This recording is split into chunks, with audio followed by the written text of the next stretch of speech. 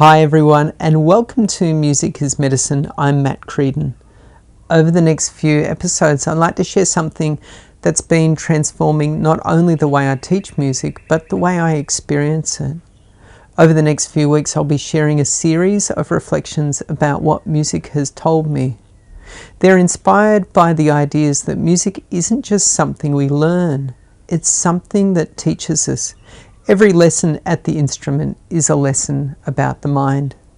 Today I'd like to explore the first 7 reflections. As you listen, don't worry about whether you agree with them or not. Simply notice what comes up in your own experience. Let's begin. Reflection number 1. Nothing I see in this music means anything. Have you ever picked up a new piece of music and before you've even played a note, you've already decided whether it's going to be too hard?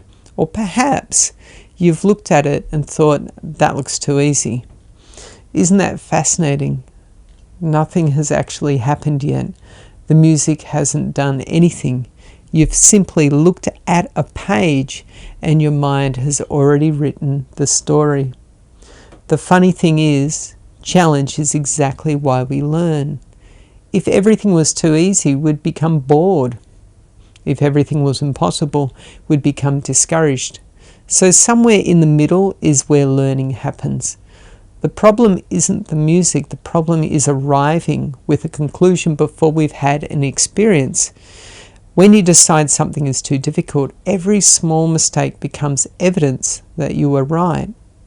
When you decide something is beneath you, you may never give it a chance to reveal what it has to teach. Some of the simplest melodies I've ever played have moved me more deeply than the most technically difficult pieces.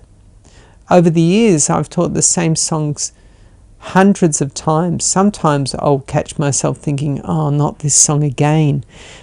Then I'd remember, it's never the same song. It's the same notes, but it's never the same moment. Every time you play, you bring a different body, a different mind, a different emotional state, and a different level of understanding. The music is always meeting a new version of you. Reflection number 2. I have given everything in this music all the meaning that it has for me. Have you ever made the same mistake over and over again? Eventually it stops being just a wrong note. It becomes, I should be better than this. I'm hopeless, I'll never get this. Notice what happened. The note never said any of those things. The note simply existed. Everything else came from us.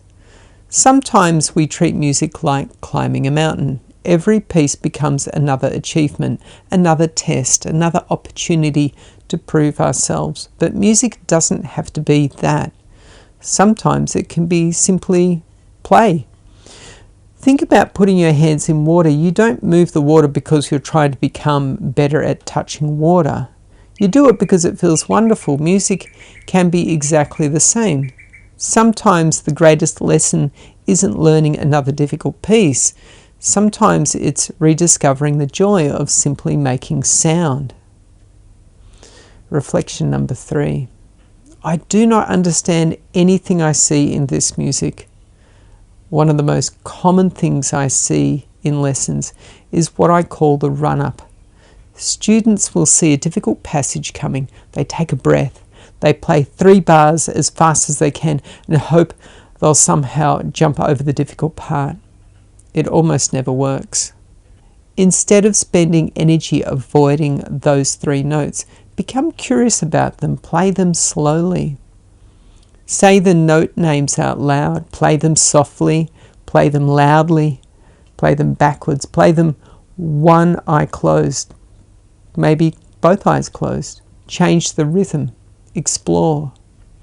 Imagine walking into a room but only being able to see 1 square foot of the floor. You wouldn't really understand the room. The more perspectives you have, the more complete your understanding becomes. Music works exactly the same way.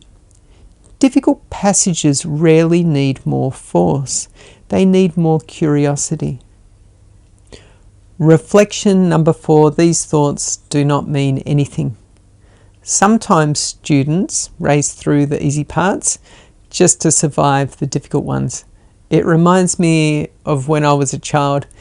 There were vegetables I didn't like to eat, and so I'd wash them down with milk as quickly as possible so I didn't have to taste them.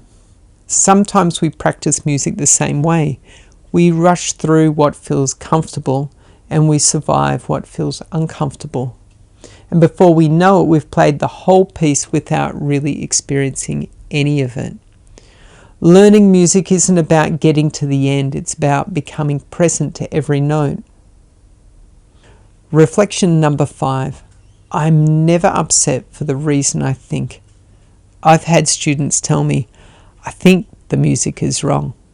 Sometimes they're right. Most of the time, though, the music is fine. The frustration isn't really coming from the page, it's coming from the relationship we're having with the page. Maybe we're tired, maybe we've had a stressful day, maybe we're expecting perfection. Maybe we've convinced ourselves that because the song sounds simple, it should also be simple to play. All of those expectations were brought to the music. The notes aren't creating the frustration, they're simply revealing it. That's one of the beautiful things about music. It reflects back to us the state of our own mind. Reflection 6. I am upset because I see something that is not there. The notes don't know they're difficult. The rhythm doesn't know it's complicated. Those are labels we add. One person hears a piece and thinks it's beautiful. Another person hears exactly the same piece and dislikes it. The music didn't change, the listener did. Music isn't carrying those stories, we're carrying them. When we begin to see that, something wonderful happens. We stop fighting the notes, we stop fighting ourselves, and little by little, we simply begin to listen. Reflection 7. I only see the past. This reflection might be the most surprising of them all. At first, it sounds impossible. Of course, I don't only see the past. I'm looking at the music right now. But are we? Imagine picking up a new piece of music. Before you've even played the first note, your mind has already begun comparing it to everything you've learned before. You might think this looks difficult, or I'm never very good at rhythms like this, or I always struggle with key changes, or perhaps I've played things like this before, this should be easy. Notice what's happening. You're not really meeting the music for the first time. You're meeting your memory of music. Every experience you've ever had at your instrument is quietly influencing the present moment. If you've spent years believing you're not very good at sight reading, that belief may appear before you've even closely looked at the page. If you've practiced rushing through difficult passages, your hands may begin doing exactly that before you've consciously made a choice. Our habits are incredibly efficient. Our brain loves things that are familiar. It repeats what we've rehearsed, whether it's helpful or not. That's why awareness is so important. The moment you notice that you're responding from habit instead of curiosity, you've created a space where something new can happen. One of my favorite questions to ask students is, what do you actually know right now? Not what you think, not what happened last week, not what happened the last 100 times you played this piece. What do you know in this moment? Very often the answer is, I'm not really sure. And that's wonderful, because the moment we admit we don't know, we become available to learn. When we believe we already know, we tend to stop looking. But when we become curious, we start to notice things that were there all along. A rhythm we hadn't understood, a fingering we hadn't considered, a phrase we hadn't really listened to. The music hasn't changed.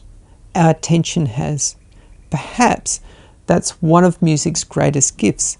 It gently reveals that much of what we call reality is actually habit. And if habits can be learned, they can be also changed. Every time you sit down to practice, you have an opportunity to meet the music as though it's the first time. Not through yesterday's frustrations, not through last year's successes, but through fresh eyes. And perhaps that's what real learning is. Not adding more information, but seeing what has always been there. As we continue through these reflections over the coming weeks, you'll probably notice something interesting. Obviously, we're talking about music, but we're rarely talking about the music. We're talking about attention, we're talking about awareness, we're talking about the stories we tell ourselves, because every lesson at the instrument is also a lesson about the mind. Thank you so much for spending this time with me today. If you'd like to explore these reflections more deeply, I'd love to welcome you into the Music is Medicine community at the Mat Creedon School of Music. Until next time, be kind to yourself, keep making music, and remember, music really is medicine.